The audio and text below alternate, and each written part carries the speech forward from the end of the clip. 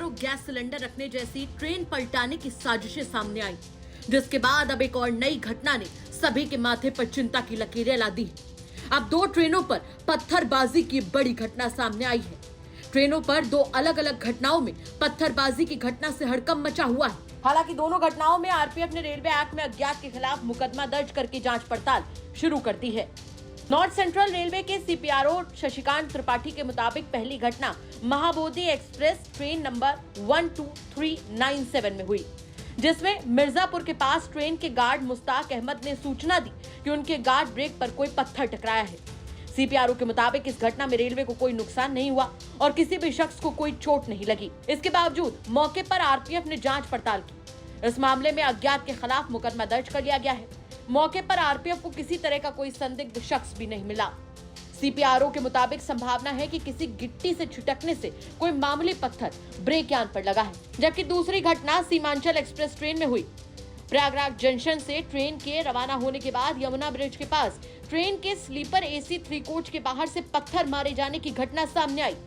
Train में सफर कर रहे यात्री ने ही रेलवे स्टाफ को जानकारी दी कि बाहर से आए पत्थर से उसे चोट लगी है, जिसके बाद यात्री को मिर्जापुर में अटेंड किया गया और उसे प्राथमिक उपचार भी दिया गया।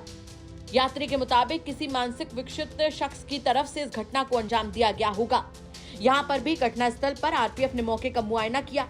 हालांकि यहाँ पर भी कोई भी संदिग्ध व्यक्ति नहीं मिला है, लेकिन एहतियातन आरपीएफ ने रेलवे एक्ट में मुकदमा दर्ज कर लिया है। ट्रेन नंबर 12397 महाबोधि एक्सप्रेस, इसमें मिर्जापुर के पास गार्ड ने ये रिपोर्ट किया कि उसे कोई पत्थर के टकराने की आवाज़ आई है ब्रेक वैन से, जिस पे मिर्जापुर में आरपीएफ को तुरंत सूचित किया गया। आरपीएफ तत्काल मौके पे पहुंची, यद्यपि उन्हें कोई भी ऐसा संदेहास्पद व्यक्ति नहीं मिला और तुरंत उन्होंने अज्ञात के विरुद्ध एहतियातन तौर पे मामला संबंधित धाराओं में दर्ज कर लिया गया है। खास बात यह है कि इस घटना में किसी भी व्यक्ति को किसी प्रकार की कोई चोट या हताहत होने की सूचना नहीं है और ऐसी संभावना है कि ये शायद किसी गिट्टी के छिटकने से या कहीं से ये एक गिट्टी मामूली सी एक गिट्टी जो है ये ब्रेक वैन से टकराई है।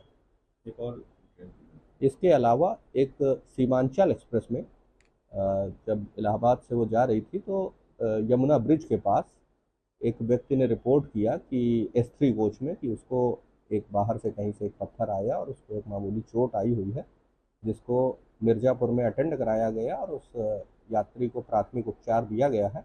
और उस व्यक्ति के बयान के अनुसार ये कोई पागल टाइप का व्यक्ति था जिसने ये पत्थर चलाया था।